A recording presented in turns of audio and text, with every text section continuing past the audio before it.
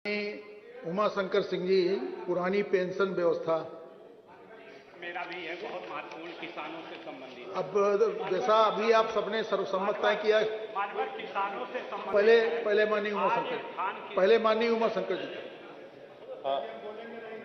माननीय अध्यक्ष जी, क्योंकि मैं आपका आभार व्यक्त करूंगा कि इस समय पूरा उत्तर प्रदेश के जो हमारे कर्मचारी हैं, जिनकी नियुक्ति 2004 के बाद हुई है, उनकी जो पुरानी पेंशन की जो प्रक्रिया थी पेंशन देने की, वह पेंशन प्रक्रिया 2005 से उत्तर प्रदेश में बंद कर दी गई है। माननीय अध्यक्ष जी, क्योंकि जिस तरह से वो विषय इसमें नहीं है, लेकिन अगर सरकार का पक्ष ये है कि हम राज्य कर्मचारियों के हित में ऐसा फैसला लिए हैं, तो अगर वह कर्मचारी कह रहे हैं कि नहीं, हमें आपके हित के इस फैसले की जरूरत नहीं है, हमें हमारी पुरानी पेंशन को बहाली किया जाए, तो मुझे लगता है कि राज्य सरकार को इससे मानने में कोई परहेज नहीं होना चाहिए। अब आप देखिए कितनी इसमें दो तरह के फैसले लिए गए हैं। उसी विभाग में जिन कर्मचारियों की नियुक्ति 2004 से पहले की हुई है, उनको पुरानी पेंशन उसी तरह से दिया जाएगा, लेकिन उसी विभाग में जिन कर्मचारियों की नियुक्ति 2004 के बाद हुई है, उनको वो पुरानी पेंशन की व्यवस्था समाप्त करके उनको ये व्यवस्था दिया गया है कि अब आपका जो पैसा कटौती होता है, वह पैसा आपका किसी प्राइवेट बैंक में आपका पैसा जमा होगा, और उस पैसे का जो कैसे उनको प्रलोभन दिखाया गया कि उस पैसे का आपको जो लाभ मिलना है शेयर बाजार के हिसाब से मिलेगा। अगर वह कंपनी यानी उसका शेयर अधिक है तो उनको लाभ मिलेगा, उनका शेयर अगर माने डाउन है तो उनका नुकसान होगा। राज्य कर्मचारियों का ये कहना है माननीय अध्यक्ष जी कि हमें, क्योंकि हमारी पुरानी पेंशन की बहाली किया जाए, और ऐसा भी नहीं है, क्योंकि मैं मानता हूं कि भारत सरकार से 2004 में पास हुआ। अभी बहुत से सारे ऐसे राज्य हैं जैसे बंगाल है, बंगाल अभी अपने प्रदेश में इसको लागू नहीं किया है। तो मैं आपके माध्यम से कि कितना महत्वपूर्ण है, सरकार का पक्ष सुन लें आपकी बात। जी माननीय अध्यक्ष, इसलिए कि जब किसान बिल आया था माननीय अध्यक्ष जी, इसमें नहीं है, लेकिन जब किसान लोगों ने इसका विरोध किया कि इस आपकी बिल से हमारा अहित है, तो सरकार को अंततः उसको वापस लेना पड़ा। और आज फिर इसी तरह से यदि राज्य कर्मचारी कह रहा है कि यह आपकी बिल हमारे हित में नहीं है, आप हमारी पुरानी पेंशन बहाली ही करें, तो मुझे लगता है कि आपकी पीठ से यह निर्देश होना चाहिए कि कम से कम उत्तर प्रदेश में राज्य कर्मचारियों को इससे राहत मिले और उत्तर प्रदेश में पुरानी पेंशन व्यवस्था को बहाल किया जाए। माननीय अध्यक्ष जी, क्योंकि बहुत विस्तार से इसमें हम नहीं जाना चाहते हैं, हर कर्मचारी जो आज काम कर रहा है 2004 के बाद जिनकी नियुक्ति हुई है, वह आदमी हमेशा संशय में डूबा हुआ है, पता नहीं हमारे बुढ़ापे में क्या होगा, हमारे बुढ़ापे में यह पैसा हमारा बचा भी रहेगा कि नहीं बचा रहेगा।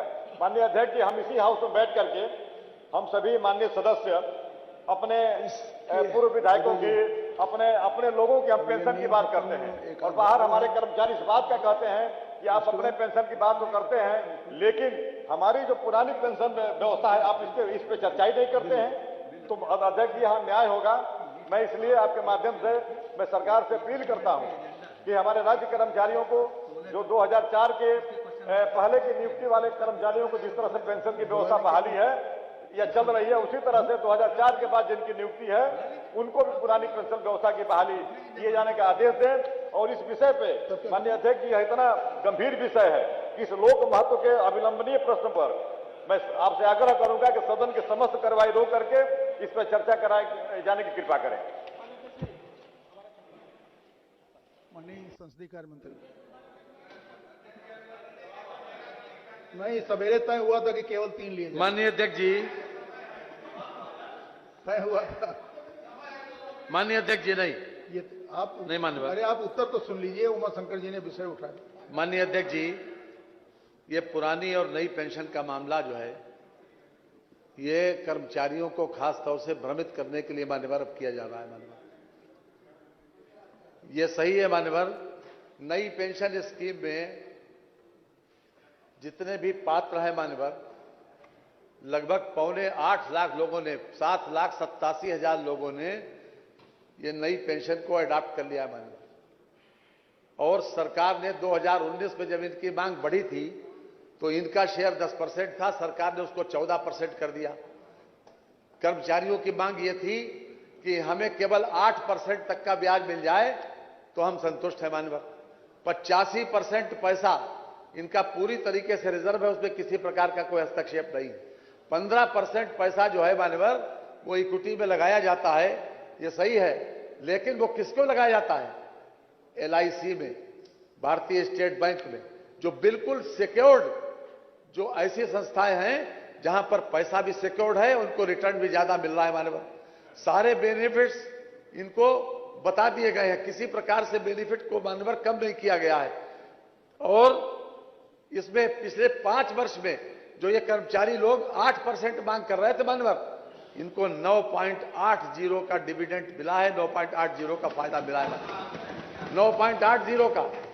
और उसके बाद भी मान्यवर एक चल गई कि साहब नहीं पुरानी पेंशन दे दो। 15% में केवल सरकार को किसी न किसी रूप में कि भाई ये सरकार नहीं कर रही, कोई न कोई बहाना चाहिए मान्यवर सरकार की खिलाफत करने का। कोई बहाना नहीं है, उन लोगों को फायदा ज्यादा है। बातचीत में जब 10% का हिस्सा हमने बढ़ा के 14% किया था तो उस वक्त यह कहा था कि केवल हमें 8% मिल जाए। हम 10 का हमने बढ़ा के 14% कर दिया उत्तर प्रदेश ने, और उसके बाद 9.80% जब डिविडेंड मिल रहा है तो काहे का उसमें फिर मांग है कि क्या फायदा कर रहे हैं आप? तो कर्मचारियों का और अहित करेंगे कि हम कह रहे हैं 9.80 ले लो, सिक्योर्ड इन्वेस्टमेंट है। स्टेट बैंक आज भी सिक्योर्ड है, कल भी सिक्योर्ड रहेगा। LIC आज भी सिक्योर्ड है, कल भी सिक्योर्ड रहेगा, उसमें किसी प्रकार की दुविधा नहीं है। लेकिन बस उसे कर दो, क्योंकि सरकार के खिलाफ एक मामला है, उसे चलाओ। इसलिए मान्यवर मांग के लिए मांग करना, कर्मचारियों का कहना, बिल्ला तो ये लगाना कि हित कर रहे हैं और कर रहे हैं अहित। हम 9.80 दे रहे हैं, ये कह रहे हैं 8% ले लो मान्यवर। ये मान्यवर हम पूरी तरीके से कर्मचारियों के साथ हैं, कर्मचारियों के हितों के रक्षक हैं, कर्मचारियों के कल्याण के लिए हर वक्त सतर्क है, हर वक्त सचेत है। जब DA की बात आई तो हमने बढ़ाने का काम किया मान्यवर। इसलिए मान्यवर मैं समझता हूं कि यह विषय उसमें नहीं आता है, इसको मान्यवर अग्राह्य करने की कृपा करें। माननीय संसदीय कार्य मंत्री जी ने बताया कि नहीं, हम कर्मचारियों के हित के लिए यह मतलब इसमें हित की व्यवस्था है। माननीय अध्यक्ष जी, जैसे आपने LIC का नाम लिया, हालांकि स्टेट बैंक ऑफ इंडिया को 21% है, यूनिट ट्रस्ट ऑफ इंडिया को 33.5% और भारतीय जीवन बीमा को 35.5%। माननीय अध्यक्ष जी, कर्मचारियों में ये संशय, ये भय बना हुआ है, अर्ध सरकारी कंपनियां एक दूसरे को सुपुर्द कर दी जा रही है।